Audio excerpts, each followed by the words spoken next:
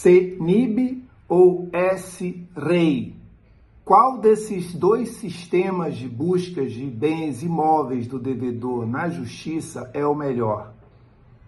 Para quem não me conhece, meu nome é Marcelo Carvalho de Montalvão, sou diretor da Montax Inteligência, uma empresa de investigação corporativa, investigação patrimonial. A gente aqui auxilia departamentos jurídicos e escritórios de advocacia na solução de ações de execução. Pois bem, pessoal, são dois sistemas de buscas de bens imóveis na Justiça. Qual desses é o melhor?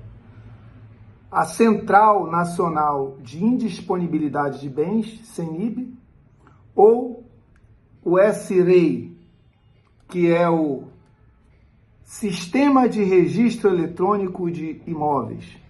Desculpa, eu tenho que ler, pessoal, porque são muitas palavras, eu não consigo lembrar de tudo. Então, pessoal, vamos lá. Qual é o melhor? Bem, eu vou explicar o início da coisa toda, tá? Localizar bens imóveis nunca foi uma tarefa fácil no Brasil. Primeiramente porque os sistemas de registros de bens imóveis, os cartórios de registros de bens imóveis, eles atendem a circunscrições, aos locais daqueles imóveis, geralmente bairros. Uma cidade, por exemplo, tem 5 bairros, muitas vezes tinha um cartório de registro de imóveis. A cidade cresceu, 10 bairros, 2 cartórios de registro de imóveis. Isso aqui é só um exemplo, tá, pessoal? Então, se a pessoa morava em determinado bairro, você tinha que saber qual era o cartório daquela circunscrição e tinha que pesquisar. Essa busca, ela era feita, então, pelo cartório de determinada circunscrição, de determinada área geográfica, que são vários bairros. Não necessariamente pelo CPF ou CNPJ. Apenas recentemente, não tão recentemente, apenas alguns anos atrás, foi feito um sistema, começou com a Associação de Registradores Imobiliários de São Paulo. Eles fizeram a reunião dos dados de todos os cartórios de registro de imóveis do estado de São Paulo. Então isso praticamente concentrou em um site as buscas de imóveis. Então ficou mais fácil, você poderia pesquisar pelo CPF ou pelo CNPJ do proprietário do imóvel. Se tivesse alguma matrícula de um imóvel no nome daquele proprietário, você acharia. Lembrando que cada pessoa tem um CPF, cada empresa tem um CNPJ e cada imóvel, cada unidade imobiliária tem uma matrícula. Por exemplo, um terreno, ele ganha uma matrícula no cartório de registro de imóveis. Se você constrói uma casa, continua a mesma matrícula. Se você constrói um prédio com várias unidades imobiliárias, vários apartamentos, cada apartamento passa a ser uma outra matrícula. Aquela matrícula inicial nós vamos chamar de matrícula mãe. As outras matrículas são as matrículas das unidades imobiliárias. O mesmo acontece com um lote, um loteamento. Uma área de terra enorme, ela tem uma matrícula. No momento em que o proprietário daquela área divide em lotes para comercialização desses lotes, cada lote vai ter uma matrícula. E tem imóveis que nem matrícula tem, mas isso é assunto para um outro vídeo. Então, pessoal, em 2014, um provimento do Conselho Nacional de Justiça, em um convênio com a Associação de Registradores Imobiliários de São Paulo, a ARISP, e o Instituto de Registro Imobiliário do Brasil, criou a Central Nacional de Indisponibilidade de Bens, a CNIB. Apesar do nome indisponibilidade de bens, ela na verdade só atinge bens imóveis. O que a CNIB faz?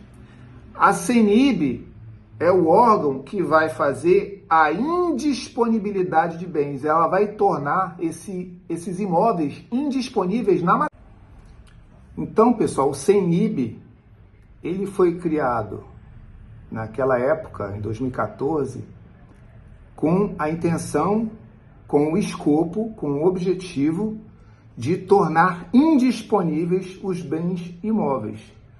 Essa indisponibilidade, ela naquela época, ela estava muito aquele caso Lava Jato, a corrupção endêmica, aqueles problemas estruturais crônicos do nosso país, muito antigos, que houve um recrudescimento desses problemas de corrupção no Brasil. A corrupção chegou à casa dos trilhões. Então,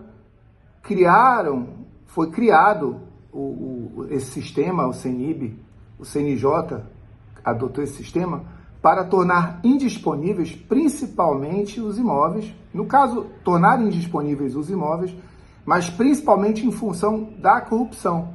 Então a CENIB, a Central Nacional de Indisponibilidade de Bens, ela tinha como escopo o bloqueio na matrícula do imóvel, de cada um dos imóveis, das pessoas alvos de investigação ou condenação, nos cartórios de registro de imóveis. Foi feito um sistema para que fosse averbado, registrado, consignado, ficava escrito na matrícula do imóvel, no documento do imóvel, no cartório de registro de imóveis, que aquele imóvel era indisponível. O proprietário não poderia vender. Então, você pode até comprar posse de um imóvel nesse sentido, vai morar, mas a propriedade nunca será sua, porque o cartório não poderá fazer a transferência de propriedade. Já a SREI, que é o Sistema de Registro Eletrônico de Imóveis, foi criado depois, 3 anos depois, em 2017, foi implementado pelo governo Michel Temer, mas ele só foi adotado pelo Conselho Nacional de Justiça em 2019, por meio de um provimento. Qual a diferença entre esses sistemas? O CIRE é basicamente um sistema consultivo, um sistema informativo. Ele apenas informa para o magistrado que aquela pessoa, aquele CPF, aquele CNPJ, aquela empresa ou organização, detém a propriedade, detém a titularidade desse ou daquele imóvel naquele cartório ABC daquela cidade desse país, do Brasil. Então são 2 sistemas muito semelhantes, mas são distintos. Um tem o objetivo de fazer o bloqueio do ativo financeiro, do ativo fixo imobiliário, do imóvel. O outro apenas informar o juiz, olha, o devedor, ele tem um imóvel ali na cidade tal, no cartório tal. Então, pessoal, na minha opinião, na minha humilde opinião, o CENIB é muito melhor, porque ao determinar o bloqueio dos ativos financeiros, dos ativos fixos imobiliários, o CENIB, ele também informa onde que a pessoa tem imóveis, onde que aquela empresa, aquela organização tem imóveis registrados no nome dela. Só tem um ponto aqui, uma crítica que eu faço ao CENIB. O CENIB, ao ser consultado, ao ser ativado pelo magistrado, ele tem por sistema o seguinte: o magistrado lança os CPFs, lança os CNPJs na plataforma do CENIB e dá o enter lá para que o sistema faça o bloqueio, a indisponibilidade de todos os bens imóveis localizados no país, naquele CPF ou naquele CNPJ. Qual é o problema que eu vejo nesse sistema? É que esse sistema, ele, por norma, ele só retorna, ele só devolve ao juiz informações de bloqueio, de indisponibilidade especificamente. Se não houver indisponibilidade alguma para o sistema, significa que não foram encontrados ativos fixos imobiliários naquele CPF ou naquele CNPJ. Não é bem um problema, mas é porque às vezes é bom a gente ter uma certidão negativa de propriedade ou de localização, identificação, de rastreamento de ativos fixos imobiliários. Às vezes é bom a gente ter isso para mostrar para o cliente.